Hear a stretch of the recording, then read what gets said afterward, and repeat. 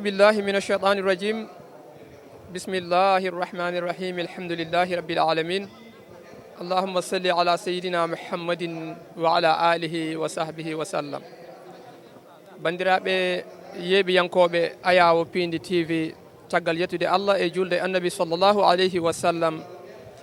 hande ñande joyyi e lewru meɗen janvier hitande 2025 eɗen ɗo e juma cheikh mouhamad ibnu saïd radiallahu anhu to boppu holko woni sababu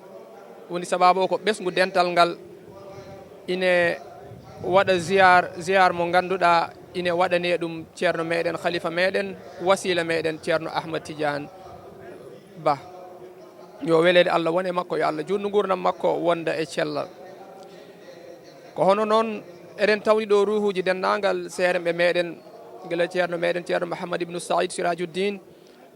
hono noon en tawni kadi ruhu ceerno meɗen seydi alaji ali thiam e oɗo ziyar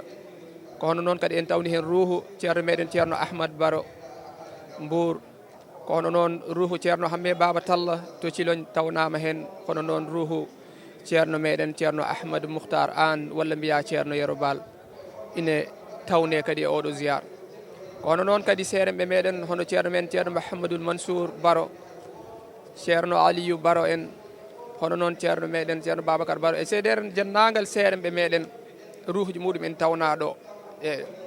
ko hono noon kadi ruhu ceerno meɗen ceerno men ceerno baba galle thiam en hono noon ceerno meɗen ceerno ousmane thiam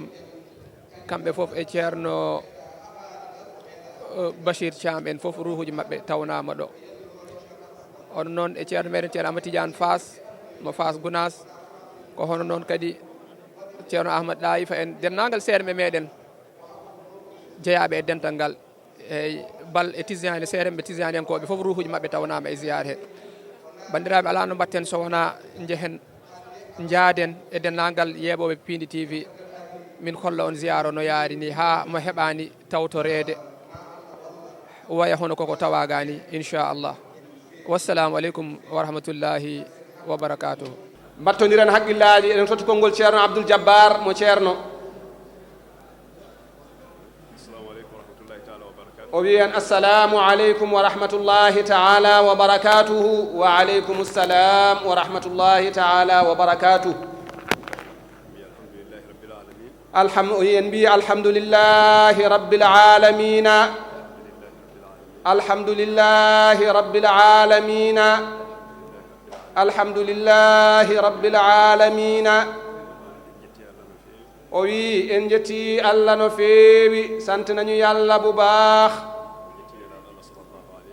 en jettina laaɗo allah sallallahu alayhi wa sallam santinañu yonente bi sallallahu alayhi wa sallama en jetti cheikhana ahmad atijani radiyallahu taala anhu santinañu cheikhana ahmad atijani radiyallahu taala anhu en jetti jokkorde meɗen fof ha yetti cheikhana ahmad atijani radiyallahu taala anhu santinañu sunu jokkuwaay yëpp sunu sëriñ yëpp ba egg sunu sëriñ cheikhana ahmad atijani radiyallahu taala anhu en jetti cheikh alhaaj ceerno men cheikh alhaaji mouhammad ibne saïdin radiallahu taala anhu e seeremɓe makko santinañu sunu sëriñ cheikh alhaaji mouhammad ibne saïd radiallahu taala anhu aki ay sëriñam en jetti ceerno men radiallahu taala anhu santinañu sunu sëriñ bi radiallahu taala anhu en ñaaganimamo balɗe juutɗe e cellal e hattan ñu ngi koy ñaanal gudd fan ak wér ak kattan o wi so ɗum yawti dental ngal fof salminama moni fof inde mum e yettode mum nenañu bu loolu weye ñu ngi nuyu mbooloo mi yépp kenn ku nekk turam ak santam o wi noon en gardini e salminanu ndu mawɓe dental ngal fofof ñu ngi jiital ci nuyoo bi nag magi dental bi yëpp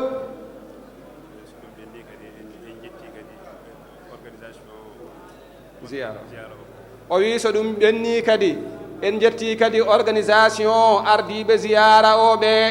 nene bu loolu wéyee tam ñu ngi sant kuréel gi nga xamante ne ñoo jiite ziyara bi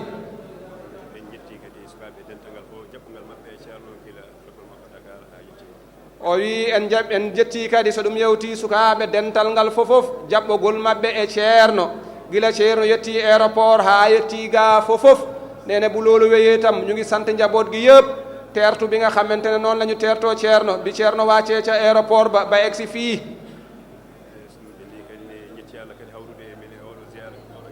o wi so ɗum yewti kadi en jetti allah hawrude en e oɗo ziyara hono oɗo ñalawma moƴƴo nene bu loolu wéyee tam ñu ngi sant sunu boroom mi ñu may ñu daje ziyara bi bés bu baax bii amin o wi eɗen ñaagi allah yo allah newnan en dañde kala moƴƴere soomide heen o hokka en kadi fandinde ñu ngi ñaan sunu borom subhanahu wa taala yal nañu yàlla may bépp yiw bi nga xamante ne moo dëxañu ci biir ziyaara bi bu ñu mayee tam mu may ñu ñu muurloo ko amin o wi so ɗum ɓenni eɗen nganndi ceerno nde o yettinde ko jangti ko konnguɗi tati nene buloolu weye ceerno gis nañu bi muy eggee bu muy jottali kàddoom kàddu nuyoo ñetti kàddu la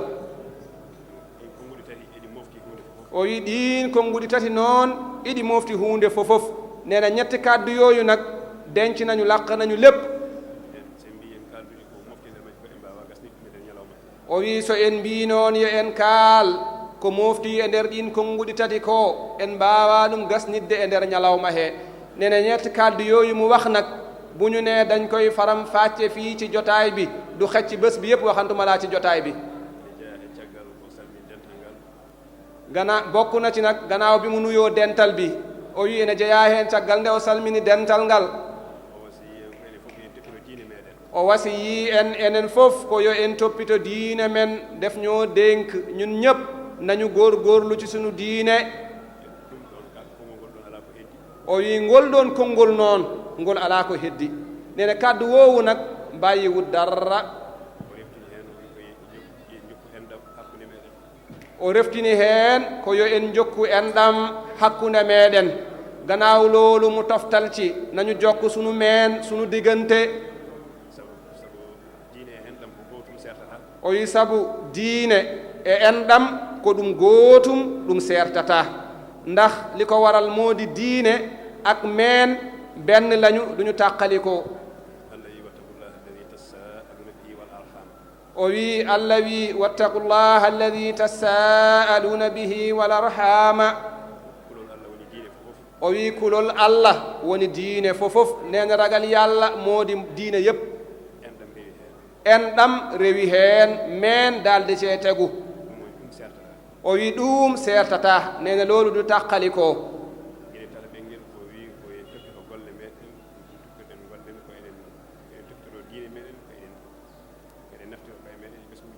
o wi konngol makko tataɓol ngol o wi ko yo en toppito golle meɗen toppitaade golle noon woni ko eɗen kumtira haajuuji men dagiiɗi ko eɗen toppitoro kadi diine meɗen nene ñettelu kaddu bi moodi nañu toppatoo sunu liggéey nag moo di toppatoo sa liggéey moo di toppaloo sa wàllu dindi nu ngay dundee nga mën a baaxal say mbir moo di tam ni ngay toppatoo sa diine o wi ɗiɗo konngudi tati noon sa naniiɗi a faamiiɗi anndu haala fof ine mofti e nder majje nene kaddu ñetti kaddu yooyu mu wax mboo ko déggee nga settantal ko xamal ni waxtaan mbooloom li nit ki war a waxtaane mu ngi dëxëñu mu ngi làqu ci biir ñetti kaddu yooyu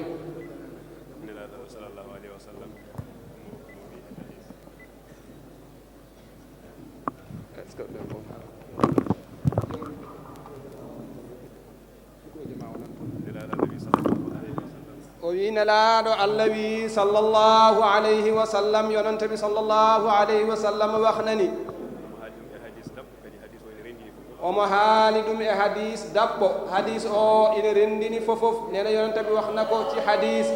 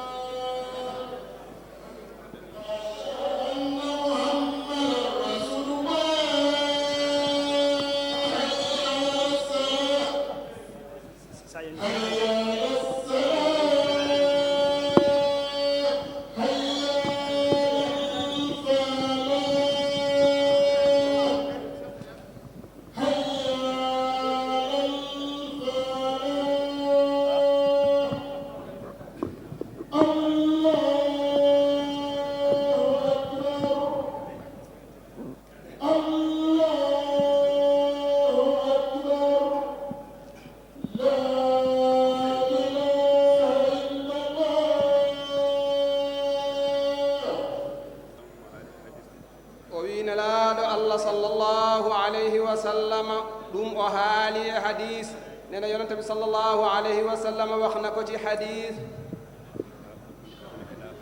hakkunde aduna e laakhara diggante addina ak alakhira o wi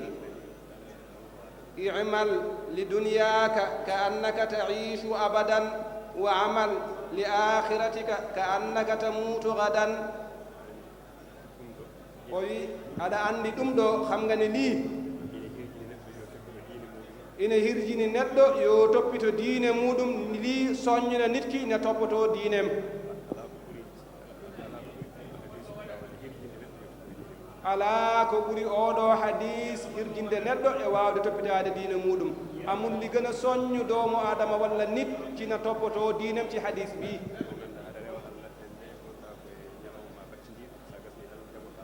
o wi aɗa rewa allah elle ka kollaɗo oɗo ñalawma woni ñalawma ma battidiɗo e aduna sa gasni tan kawrata ko e joome modine ngay jaamu sa borom melni kuñu xibaar ne bii mooy sa bés bu mujj ci kaw suuf boo ca noppee rek yaa ngi dëgmal jëm ci sa borom o wi aɗa andi ngal maɗa dewal allah ngal jiidata e dewal allah belsindiɗo nene xam nga ne sa jaamu yàlla googee du nuroog jaamu yàlla koo xamante ne dafay sàggane o wi noon kanko nela sallama neɗɗo yo wuurdu ni e oɗo sifa taw ko ni o rewrata allah kaaddi nguurdam makko yonente bi sallallahu alayhi wa sallam ni na wax jaam bi na mel ci melokaan bi muy jaamoo ni sunu borom subhanahu wa taala ci giiru dundam lépp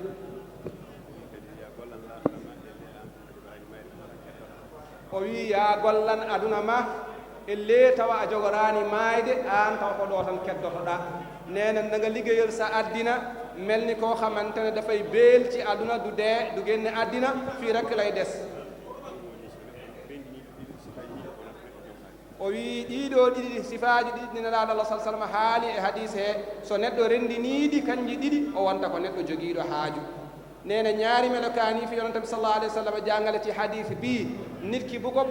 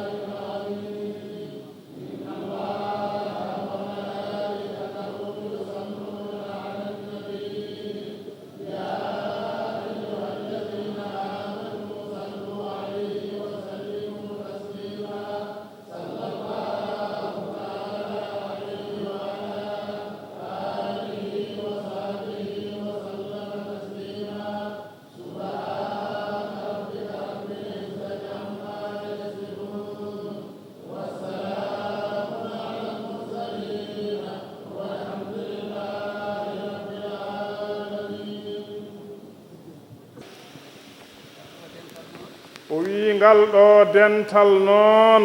nena mboolo minak ko ngal dental nulaaɗo Allah sallallahu alayhi wa sallama dafadi mboolo yonenti bi sallallahu alayhi wa sallama o wi nde wonno ceerno men ceerno cheikh alhaj mouhammad saïd radiyallahu taala anhu nena naka fekkontene ceerno cheikh alhaj mouhammad saïd radiyallahu taala anhu o hoɓɓita ko e nulaaɗo Allah sallallahu alayhi wa sallam nena moom ñin ka holli rek ci yonent bi sallallahu alayhi wa sallama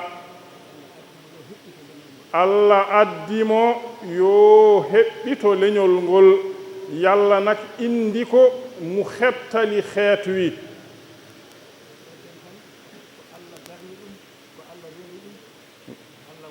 ngal ɗo dental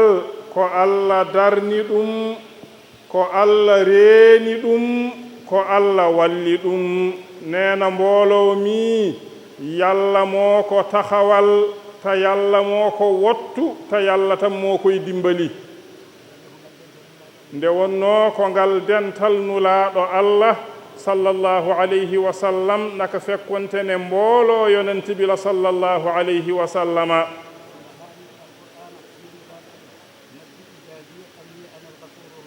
o wi Allah haali to alqur'ana o wi nulaaɗo Allah sallallahu alayhi wa sallama nabbi ibadiya anniya ana alghafuru rrahimu o wi allah wi nelaaɗo allah sallllahu alayhi wa sallama an nelaaɗo sallllahu alayhi wa sallama habru jiyaaɓe am ɓe wonde min allah ko min tan woni jaafotooɗo kafroowo bakkatuuji ko minne kadi woni jurmotooɗo neena yalla waxna yonente bi sallllahu alayhi wa sallam ci biir alqur'an ne ko nanga wax sama jaam yi man yalla maay aji jéggal man tam maay aji yërmande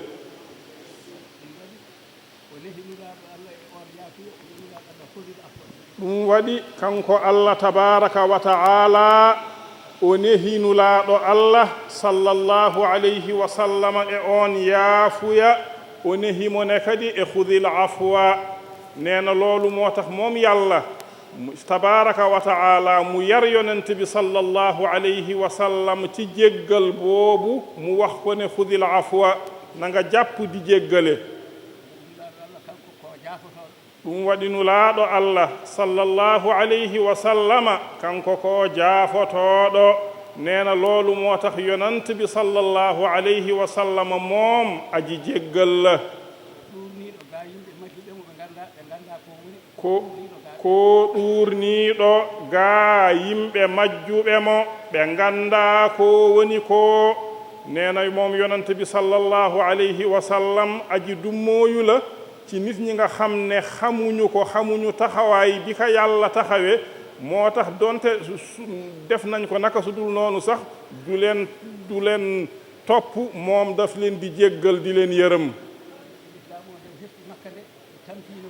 ɗum waɗi l'islam o nde o hesɗi makka nde ɓe tampiino feewi no loolu moo tax l'islam bi mu duggee makka yees fa sonnoon nañu lool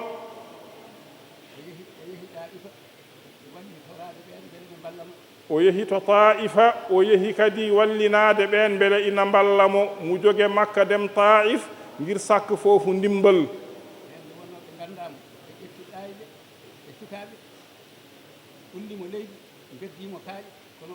ɓeen nde wonnooɓe nganndaamo ɓe nguurti e makko ɗaayɓe maɓɓe e sukaaɓe maɓɓe ina mbeddoomo kaaƴe ina ngullamo leydi kono nde wonnoo omo anndi ɓeen ɓe nganndaamo ɗum waɗi o teftaaki ɓe o muñani ɓe neena moom sallallahu alayhi wa sallam bi mu demee taifa ngir sàkk foofu ndimbal ñoom waa taifa dañoo xiirtal seen xale yi ak seen dof yi xiirtal ko ci moom ñi koy xëpp suuf di ko sànni ay xeer waaye nag moom topp leen daf leen jéggal xam na ne ñii xamuñu ko te xamuñu li yàlla def ci moom naam ɗum waɗi seydil haaji malik radiallahu taala anhu to khilaasu zahabi makko o wi toon laaqa min assufaha ma la afuhu bihi wonde ɗayɓe ɓe kanko ne laaɗo sallllahu alayhi wa sallama o hawrodiri e maɓɓe ko ngannduɗaa kanko seydil haaji malik ko ɗemgal makko wawata haalde neena loolu moo tax seydil haaji malik radiallahu taala anhu ci téeram ba khilaasu zahab mi ngi wax ne moom yonent bi sallallahu alayhi wa sallam jànkonte na ci ni nga xam ne ñooy aji nit ñu amul xel ñi nekk taifa loo xam ne moom làmminam mënu cee topp ne o wi ko waawi heen haalde tan ko wassaaqa admaw wa saala dammu lil qadami lim ci mën a wax rek mooy dem nañ ba toj tànkam ba tànk bi di siit maanaa ko deret o wi ko waawi heen haalde tan korlal makko ngal ɓe ƴiiningal haa ƴiiƴam ina ila e korlal hee on sahaa o yalti caggal wuro to o jooɗi mu gennu ci ginnaaw dëkk ba toog allah neli jibrilu alayhi salatu wassalamu e makko yalla yonni seydina jibril alayhi salatu wassalam ci moom yonante bi sallallahu alayhi wa sallam o wi mo joome ina salminma mu ne ko sa borom de min lay nuyu o wi holko jiɗɗa min lay laaj lan nga bëgg mu def ñii la def jëf ji holko jiɗɗa o waɗa golluɓe e maɗa ɗeɗo golle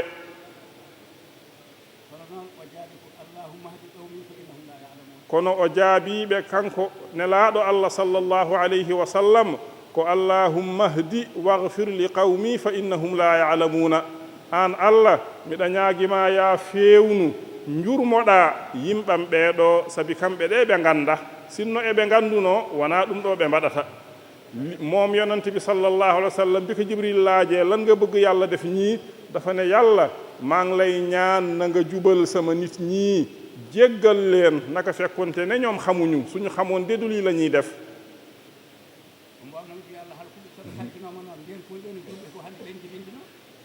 omo waawno du'aade yo Allah halkuɓe so duwinooma ɗum ndeen ko woni ɗo hannde e juulɓe ko ɓeen jibentonooka nee na mënoon na jublu ci yàlla sàkkul na leen yàlla alak bu boobaa nag ñi nga xam ne ñoo fi nekk tey di ay jullit duñu woon juddu. o wi ay waɗɓe mu ni kono o wi ko joomam yaafoɓe gis nga ñi def ci moom jëf ji waaye dafa ne sama borom maa ngi lay ñaan nang leen jéggal. ceerno wi enen fofof ko ɗum tan woodani en heen. ceerno nee na ñun ñëpp loolu rek moo ñi ñeel.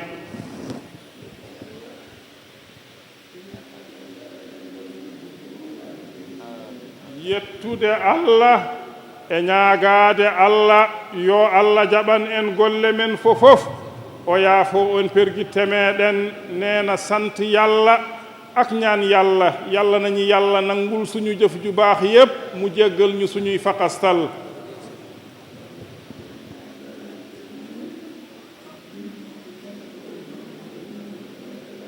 yo Allah feewnu en o feewnana en ɓesnguuji meɗen fofof o feewna juulɓe fofof e tijaaniyankooɓe fofof e leñol nelaaɗo Allah fofof sallallahu alayhi wa sallama. nee na mi ngi ñaan yàlla nañu yàlla jubalal ñu suñuy njaboot ak jullit yi yépp ak taalubey tijaan yépp ak xeetu yonent bi yépp sallallahu alayhi wa sallama.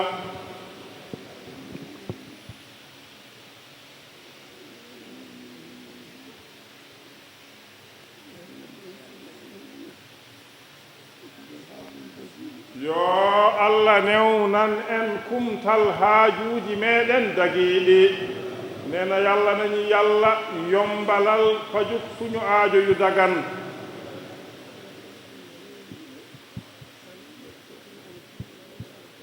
yo Allah waɗ en heeriiɓe almuɓɓe cheikhana Ahmada Tijaani radiyallahu taala anhu. yàlla nañu yàlla def ñu jagleel ci ay taalube cheikhana Ahmada Tijaani radiyallahu taala anhu. yo Allah yoɓ ceerno e seeramɓe makko njogdi moƴƴiri ɗi o haandini ɓe to makko. nee na yàlla fay ceerno cheikh alhaaj Mouhammad Saïd radiyallahu taala anhu ak ay sëriñam payoor bu baax ba mu leen yellaloo ca moom.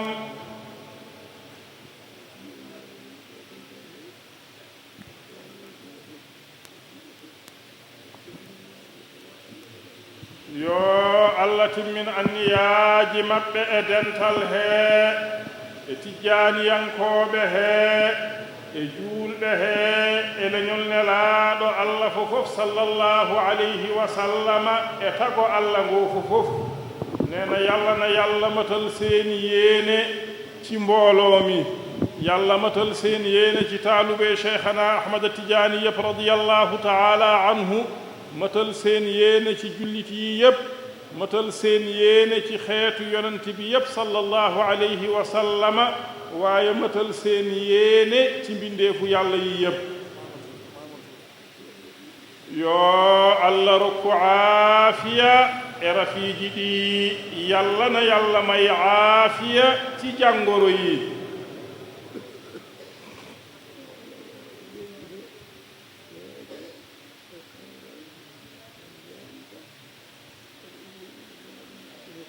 yo Allah wat e leydi hee deeƴre e kawral e ndeenka o waɗa ɗum e leyɗeele juulɓe fofof o waɗa ɗum ne kadi e aduna hee fofof. yàlla na yàlla def ci réew mi dal ak méngoo ak kaaraange mu def loolu ci mbooloom réewi jullit yi yépp mu def loolu tam ci àdduna bi yépp sabu barke allah e nelaaɗo muɗum sallallahu alayhi wa sallama ci barke yalla ak yonente bi sallallahu alayhi wa sallama ceerno wi ina wasiyo en noon enen fofof ɓeyden tinnaade e toppitaade diine o no moƴƴi e koye men e ɓesguuji meɗen ceerno neena min ñi denku ñun ñëpp ñi yokka góorgóorlu toppatoo diine ji bu baax a baax toppatoo ko suñu ci suñu bopp waaye tam toppatoo diine ji ci suñuy njaboot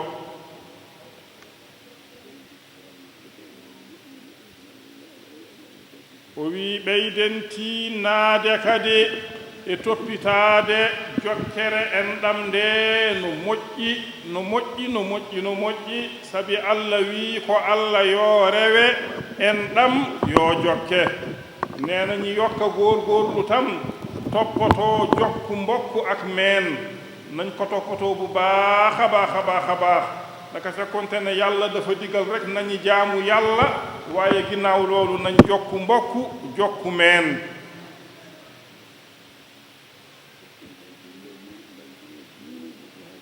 o wi toppitoɗen ne kadi golleeji men ɗi eɗen mballitoro e diine men e maslahaaji meɗen neena ginnaaw loolu tam nañ toppatoo liggéey yi nga xam ne ci nañuy dimbalikoo ci suñu diine di ci dimbalikoo ci suñuy maslaha liggéey yooyu tam nañ ko toppatoo bu baax a baax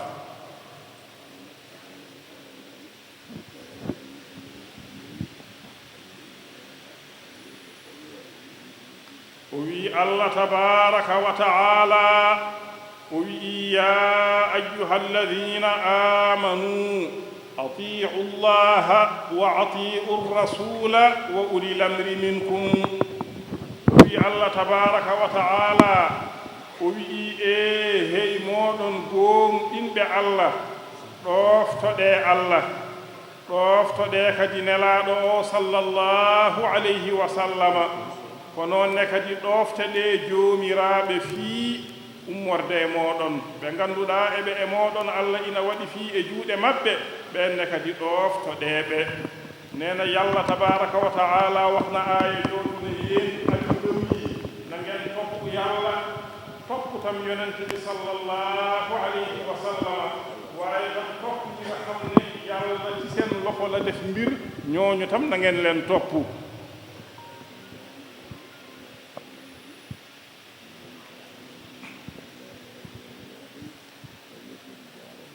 o wi nelaaɗo allah ne sallallahu alayhi wa sallam o wi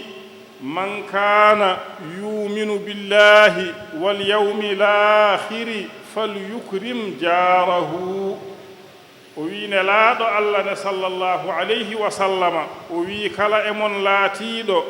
ina gonɗini allah e nelaaɗo mum sallallahu alayhi wa sallama e ñalawma cakkitiiɗo o hono ñalawma darga yo teddin koddiiɗo makko neena yonente bi sallallahu alayhi wa sallama wax na ne képp ci yéen koo xam ne nekk na di gëm yàlla di gëm yonente bi sallallahu alayhi wa sallama waaye tam di gëm bésu penc bi nee na kooku mi ngi koy digal na teral dëkkandoowam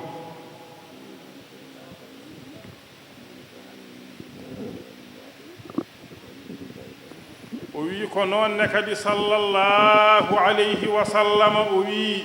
man kana yuminu billahi wal yawmi l'akhiri falyukrim dayfahu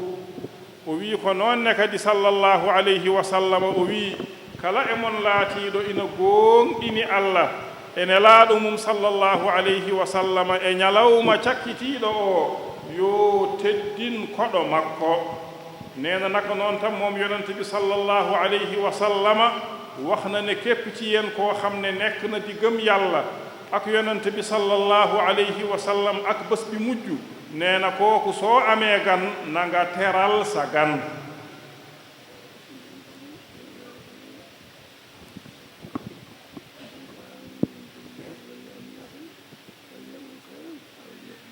wi ko noonne kadi o wi sallallahu alayhi wa sallama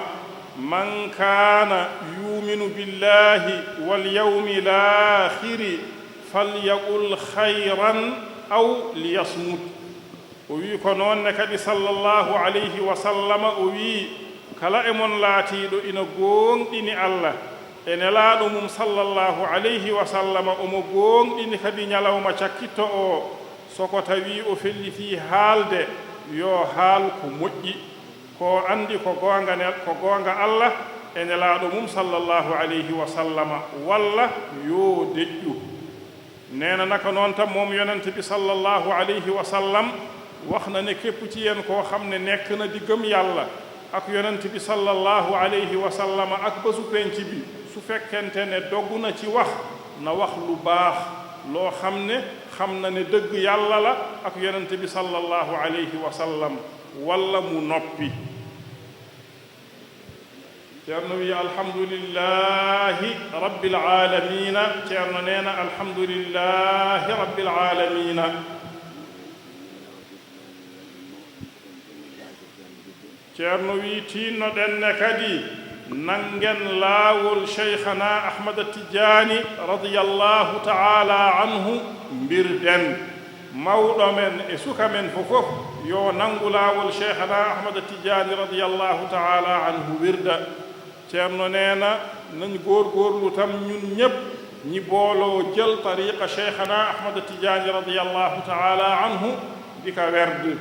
mag nag ak ndaw yépp ku ci nekk na jël wirdu cheikhana ahmada tidiani radiyallahu taala anhu di ka werd.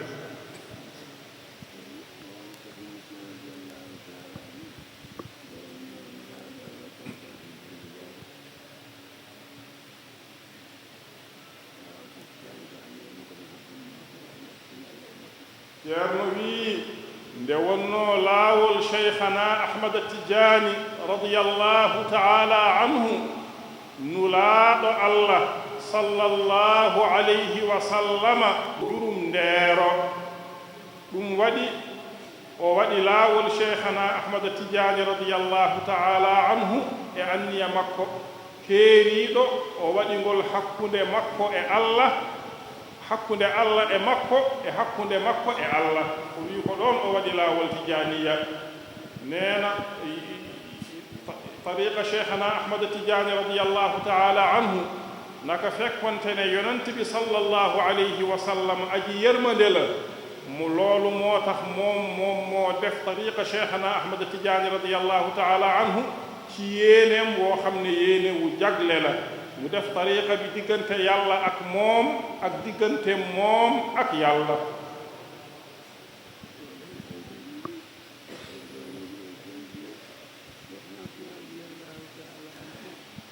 o waɗi e laawol tijaaniya ngol noon fayduuji ɗiɗi. faydu garwaniijo on o feeñji e cheikhana ahmada tidiani radiyallahu taala anhu. neena moom yonente bi sallallahu alayhi wa sallama bi mu defaree tariqa bi nag mu def si ñaari faydu, ñaari baawaan. faydu bu njëkk bi feeñandoo ak cheikhana ahmada tidiani radiyallahu taala anhu.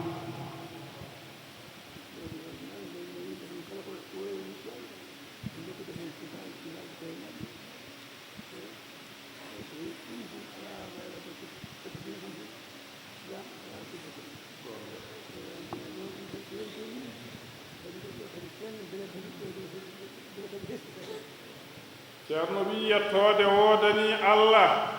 nde wonno yimɓe kam sifa maɓɓe ko kala ko ɓe ɓooyi e mum tan walla kala huunde ɓooynde e maɓɓe tan ɓe jogoto heen sifaaji hay so tawi noon nden ɗon huunde nde alaa sifa baylagol nde wonno diine kam ko sifa Allah wonaa ko wayloto.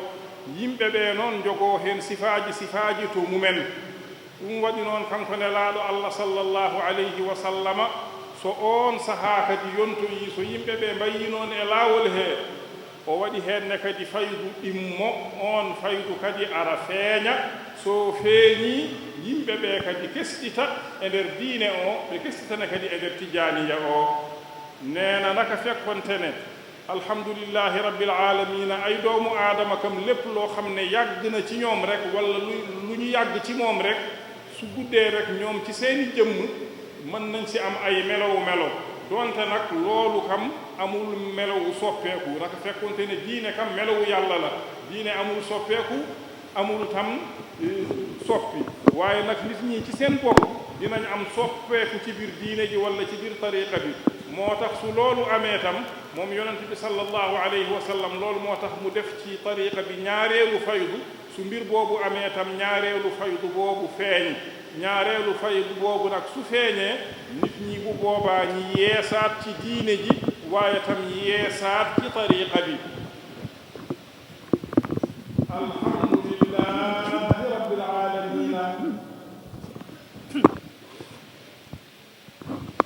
alhamdulillahi rabbil alamin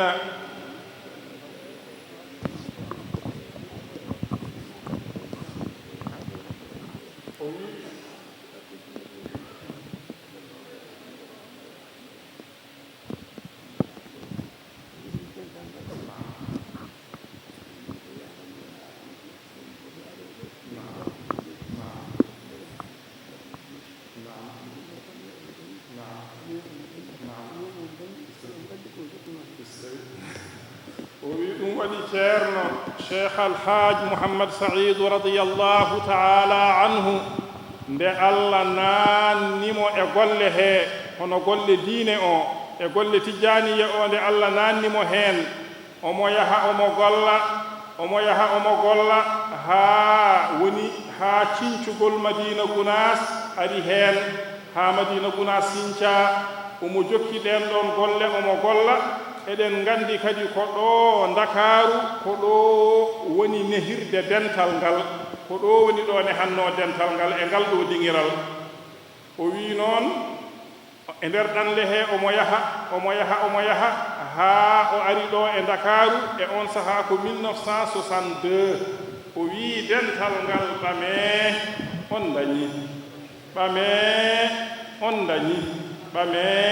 on dañi o wi ko jokkuno heen ko enen fof eɗen nganndi ɗum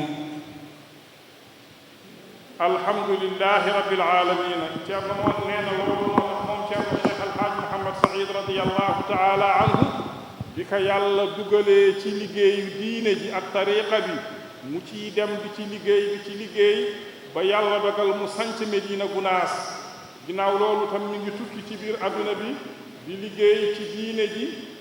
nee na ndakaaru fii la yàlla dogal fii la def yarukaayu mbooloo mi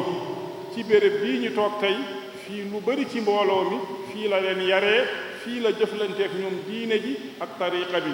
nee na muy tukki ci tukkeem yi di dem ba 1962 mu ñëwoon fii ci ndakaaru ci béréb bii ñu toog tey mu ne mbooloo mi ɓamee on dañii moo nde fab leen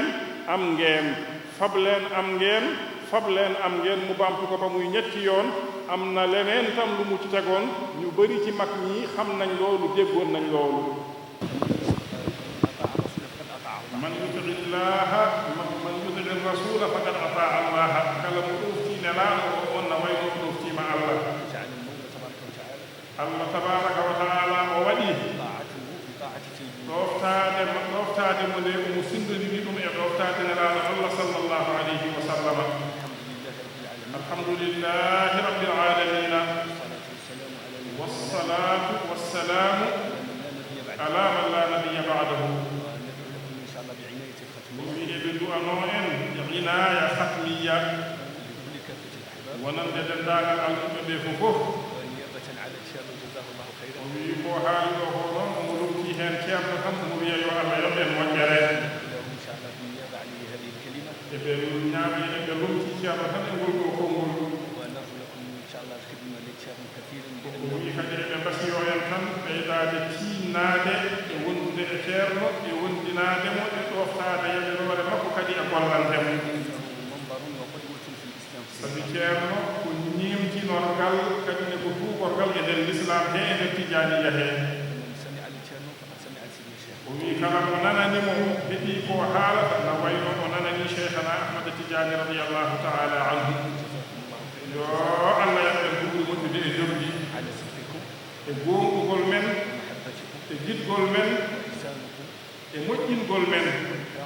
teddingol men e darde men e nder laawol tijaniya e darde men e islam yo allah yoɓen moƴƴere shukran jazilan allahumma salli ala sayyidina muhammad ko ngantuuji tan e hoddirooji tongimo haa allah newnanaani waawde mo ɗo wondude e meeɗen hannde kono omo wondi e meeɗen qalban wa galiban zahiran wa batinan omo salmina dental ngal fof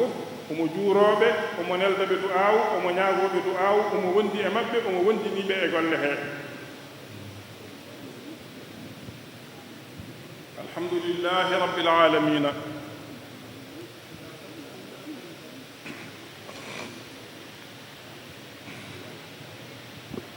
أعوذ بالله من الشيطان الرجيم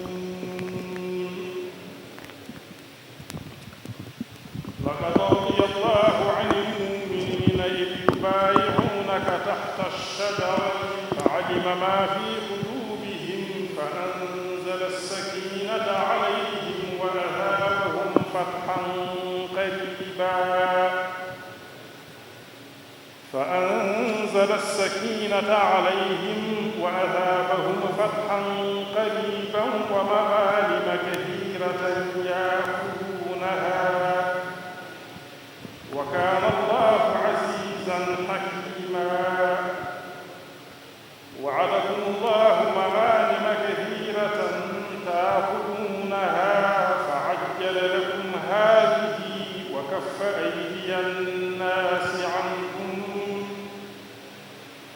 وكف أيدي الناس عنكم ولتكون آية للمؤمنين ويهديكم صراطا مستقيما وأخرى لم تقدروا عليها قد أحاط الله بها وكان الله على كل شيء قديرا ولو قاتلكم الذين كفروا لولوا الأدبار ثم لا يجدون وليا ولا نصيرا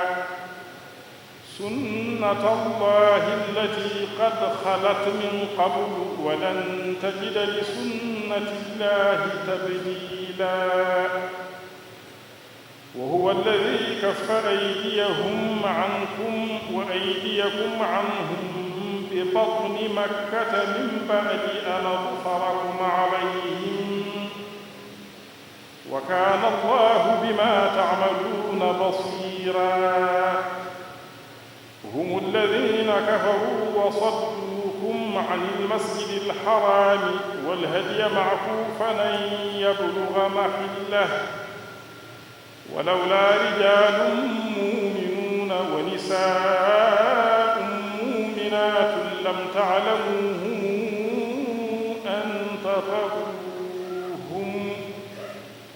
أن تطؤوهم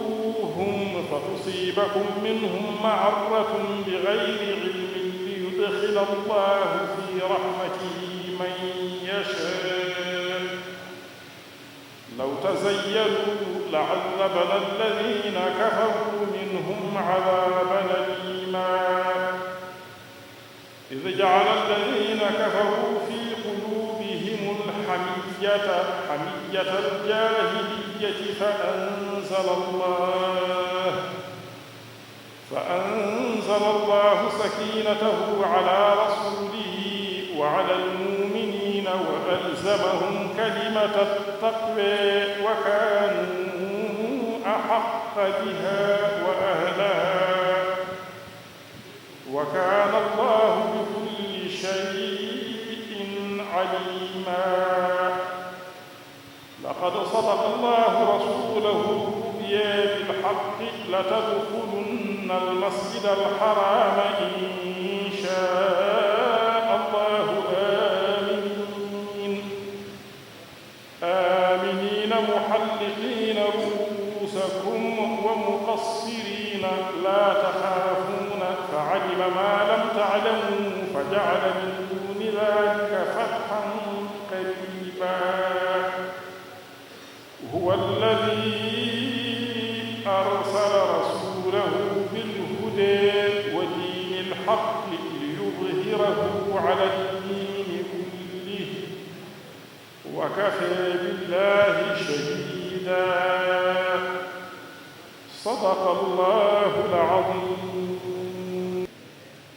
ganniyoɗen du'a o mawnirde ɗum Allah e rewirde ɗum e yettirde ɗum baraji ɗi eɗen mbaɗa ɗum hadiya nelaɗo Allah sallallahu alayhi wa sallama ceerno nena ñi def fatiha ñeenti yoon salatul fatihi fukki yoon ak ñaar ñi fas yéene jaamoo ko yàlla ak màggalee ko yàlla ak it sante ko yàlla yool yi ak tiyaaba yi ñi fas yéene def ko hadiya yonent bi sallallahu alayhi wa sallama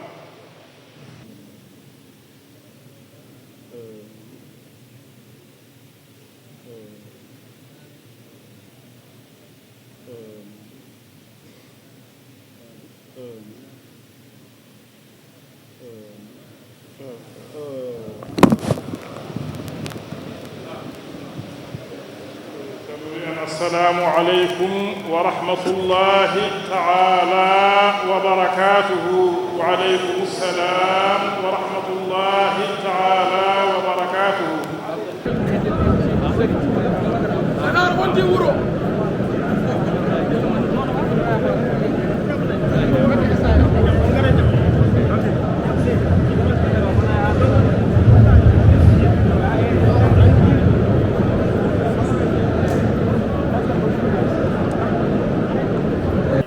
aljuma goto fof yoren min juuɗe mum ɗe ɗiɗi moma e yeeso muɗum ceerno rokkima lasim e wadifa e wirdu aljuma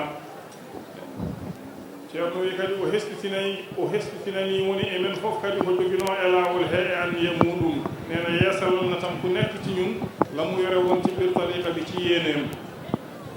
yo allah jaɓan en yalla nañu ko yalla nangul yo allah reenan en ɗum kadi o reenda en heen yalla nañu ko yalla wottul mu wottuwaade ñu ci biiram enen e ɓesguuji meeɗen fofof e tijjaaniyankooɓe fofof neena ñun nag ak suñuy njaboot yépp ak mbokkutaalu ɓe tijjaani yi yépp yo allah rokku en fandude heen o rokka en kadi fandinde moƴƴere wonde heen nde yalla nañu yalla may ñi muuru ci biir mbaax bi mu may ñu tam ñi muuru mbaax bi nekk ci biir bu barke allah e nelaaɗo muɗum sallallahu alayhi wa sallam ci barke yalla ak yonent bi sallallahu alayhi wa sallam e barke cheikhana ahmada tidiani radiallahu taala anhu ak ci barke cheikhana ahmada tidiani radiallahu taala anhu e barke alqur'ani alazim ak ci barke alqur'ani alazim e barkeeji ceerno men e seeramɓe makko radiyallahu taala anhum jami'an ak ci barkeji ceerno ak ay sëriñam radiyallahu taala anhum jami'an alhamdulillahi rabbil alamina allahumma salli ala sayyidina muhammadin wa sallim ceerno wi kadi assalamu alayka أيها النبي ورحمة الله وبركاته ɗum ɗon ne kadi kala emen jiɗɗo o yamiri ɗum temedere subaka temedere fifiiɗa assalamu alayka ayyuha nnabiyu wa rahmatullahi wa barakatuhu ceerno neena ku nekk ci ñun képp ku bëgg ci ñun jox na la ndigal ci assalamu alayka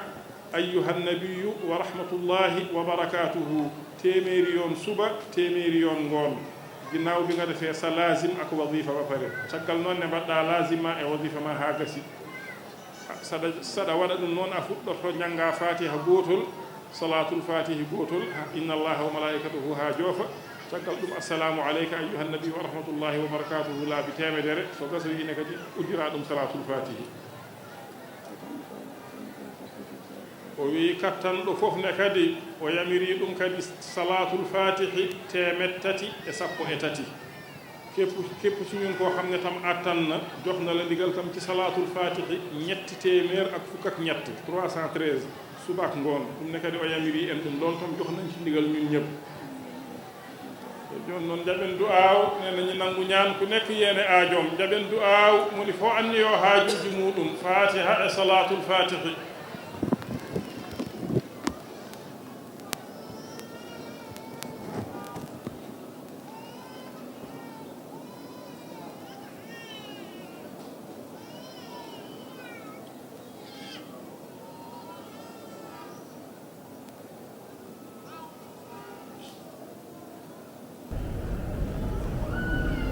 Allah jaabu du'aaw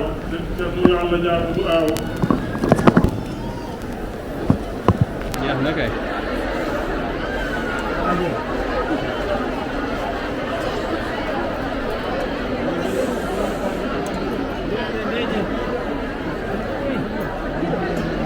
alhamdulillahi rabbil alamin alhamdulillahi rabbil alamin alhamdulillahi rabbil alamin enen fof en jetti Allah subhanahu wa ta'ala e nde ɗo moƴƴere nde o waɗani en ceerno men ceerno Mouhamadoul Habibou mo ceerno Ahmed Tidiani Fass min teddinamo ziyara o wi en omo wondi e meɗen nder e boowal o wi nde ɗo moƴƴere nde jahanten nde ɗo moƴƴere nde dartaten o wi e misal o wayi kono o lekki jaaɓi heewki baafe watki jaaɓe ɓe ina ɓendi aɗa yiɗi sammude hendu ina waɗi kadi lekki kiki towani aɗa wawi hebde e nder hen lekki ki hendu ne waɗi jaaɓe ne caamo an kadi jaaha nanga lekki ki gona e sammude aɗa andi kay heɓoto ñande hen jaaɓe kewat kadi jaaɓe keɓoto ñalawma men hande o ko on misal o tottiri ko dillaten hen ko woni ko mbiyeten enen dillina jaaɓi ki ko kono moƴƴere nde woni koye samde woni koye dippade sen ɗaɓɓi en keɓat sen ɗaɓɓani en keɓat inchallahu taala saka noon nde gummiɗen daariɗen eɗen jetta Allah subhanahu wa taala eɗen ñaagomo noon ceerno men yo heddanmo emo ɗo ko juuti wonda e cellal wonda e hattan eɗen jetta Allah noon Allah hokki eɗen jetta Allah no feewi wonde Allah hokki so Allah hokkima gurdam a wuuri ko nelaɗo Allah sallallah alayhi wa sallam wuurani ko cheikhna Ahmad Tidiani wuurani ko jinnaɗo ma ceerno ma wuurani ko mawniraɓe ma guurani ɗum koko yettirte Allah Allah noon wi so tawi a yetti ɗum o ɓeydante enen noon eɗen jiiɗi ɓeydanede ɗum waɗi eɗen gardinɗen eɗen jetta Allah yo Allah junnu gurnam gonga juuti kono ko yo Allah ɓeydu ko ɗum woni duwaw o yo Allah ɓeydida en hen ko daña ko yo Allah hokku en fandinde ɗum yo Allah hokku en fandude e ndeɗo moƴƴere e fandinde ɗum sabu barke Allah e nelaɗum sallallah alayhi wa sallam sabu barke alqur'anil azim en jetti julɓe ɓe fofof en jetti presse o fofof kadi e kumdi en jetti kadi Piide TV e sifa kadi keeriɗo yo Allah wat barke e golle he ceerno Siraji ko musidɗo tedduɗo ko moƴƴo min duwanima ɗum min jaari ɗum e darde muɗum to ɓesgu dental ngal ha e to cellule Pikine ha e to fofof yo Allah yoɓ moƴƴere dendagal bannoɗo hen jawdi muɗum e bannoɗo hen warñede muɗum gumminoɗo to woɗɗi ari fofof eɗen duwo yo Allah waɗa hen barke yo Allah jaɓane hokka en wattudnimo wuuri eɗen ɓeydi e diina men en gustaki eɗen den jaara fofof tan allahumma salli ala rasulillahi sallllahu alayhi wa sallam COD kamɓe hande Allah hokki wawde ɗowde ɗeɗo golle ko wiyete juɓɓudi ndi ko kanko kamɓe joguiti ɗum ɓe noddi julɓe ɓe fof ɓe noddi dental ngal fof e oɗo ziyara kono noon alhamdulillahi rabbil alamin julɓe ɓene kadi notitimamaɓe nde wonno jii darde mabɓe jii golle mabɓe kamɓe ne ɓe jaaɓi notitade ɗiɗo lebbi fof noon eɓe nodda yimɓeɓe yo gar janta e mabɓe ballodira e mabɓe ɗeɗo golle ko wona ɗum ko message mo jinmi yewtinde ɓe kaali haalama ɗo nane woni eɗen jogui noddandu huftodindu le 8 février inchallahu taala le 8 février inchallahu taala eɗen fof eɗen noddodiri ɗo centre boppo ɗo so Allah haaji inchallahu taala ko assemblée générale ne waɗe bureau o mandat makko o timmini 5 ans omo fuse bureau o ne dartine inchallahu taala julɓe ɓe kala to mbawi wonde eɓe nodda hen kala kadi jiɗɗo ene jogui katantagal e bawal ene andi ene wawi jeyede e nder golle he ɗowa golle ɗe ene bisma hen bisimilla meɗen fof eɗen nodda hen eɗen jetta julɓe ɓe foof noon eɗen jaraɓe eɗen mbiya kadi kamɓe ɓe sewode yoɓe ɓeydo tinnade ɓe ɓeydo muñde ɓe ɓeydo yajde ɓe ɓeydo yañude koɓe puɗɗi ko selilaji ɗi yoɓe daro hen COD hande leydi ndi fof nana namdo ɓe nani COD kono yettakiɓe ha joni eɓe namdo yoɓe mbaɗa feere ɓe jiiɗi yettede kamɓene ɓe mbaɗa feere ɓe jaña selilaji ɗi no Pikine darnirani no cellule Patte d'Oie darnirani no cellule Grand Yoff darnirani no cellule Parcelles darnirani wona ɗum ɗo tan woni e Sénégal nokkuji ɗi foof ne cohli ɗum noon COD eɗen nodde hen yo on tinno kono mbaɗa andi kamɓene ko haaju mabɓe mataw ko ronkunode tan jot e temps o no waɗiri ɗum kono ko haaju mabɓe inchallahu taala yo Allah newnu yo Allah wallu allahumma salli ala sayyidina Muhammad wa sallim alhamdulillahi rabbil alamin hande ken arnoɓe ɗo e Bob sen mbi Bob noon mbiyen ceerno Mouhammad Saïd sen mbi ceerno Mouhammad Saïd mbiyen ceerno Ahmad Tijane kanko wonti ronti ceerno mawɗo nde wonti o ronti ceerno mawɗo jinnaɓe tawnoɓe mo e ceerno kañum en ne nonti fof garte e makko ɓen noon puɗɗuno o ziyara nde ɓe puɗɗi o ziyara eɓe jaaha ha Madina ɓe jadanno ziyara o ko allarba kikiɗe ɓe jaaha alhamis aljuma samedi ceerno waɗaneɓe duwaw ɓe garta ɓesguuji ɗi noon jibinaama heen muyni ko haa dontiɓe ɓiimne mbi na mbaɗa ziyara o nde ɓe mbi noon eɓe mbaɗa ziyara o ceerno wi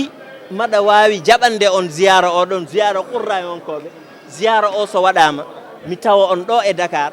ngaron juuroɗon ɗum woni ziyara o hannde sukaaɓe noon dari heen sibunde komin tawnuɓe jinnaɓe ko mbaɗatno ko min gandi ko moƴƴere noon hay goto adata ko heen hay goto so wona ɓesguuji mum ɗum ɗon woni ɓesgu ceerno hannde dari waɗi oɗo ziyara yalla hokku en rende diine men no ceerno nuwirta ɗum ni yalla hokku en kadi ɓe mawɓe rontuɓe wontuɓe ha abadan inchallahu taala Allah de ne wawi ɗum no suusi ɗum yo Allah waɗan en ɗum allahumma salli ala seydina mouhammadin wa sallam. bandiraɓe hono no jiiruɗon ni ceerno ari timmitinde ko fuɗɗano e ziyara o ko caggal ko seereɓe adinoɓe haalde ɓe woɓɓe hen kaali holno oɗo ziyara fuɗɗora woɓɓe hen kaali gurdam Alaji Mamadou Seydou e golle muɗum e sosgol Madina Gounass eko nandi hen eko kala ko gueɗe payodinde poɗɗe haalede dental ngal ne wayno ko ɓurno hewde e ardiɓe ɓe kaali ɗum caggal mum ceerno ari waɗana ziyara o ceerno Abdourahmane Déme yettini konngol almuɓe ɓe foof ñaagui duwaw on saaha ceerno duwanima dental ngal foof duwanima aduna o foof bandiraɓe ko ɗum ɗo woni ziyare meɗen mo 5 janvier 2025 eɗen ñaago Allah nde Allah jaɓanta en dennangal dewe Allah kala ko du'a ɗo yo Allah jaabo Allah wasa soynude jikkeji meɗen ko jortiɗen e moƴƴereji hakkude men e ceerno men hakkude men e aduna o foof yo Allah waɗan en ɗum hono noon yo Allah hokku en tawede mo wuuri taw eɗen ceeli eɗen kiisi ha taw eɗen ziyare paaɗo Allah hokka en timmindemo kadi Allah jaɓan en dewe meɗen Allah wassalamu aleykum wa rahmatullahi wa barakatuhu.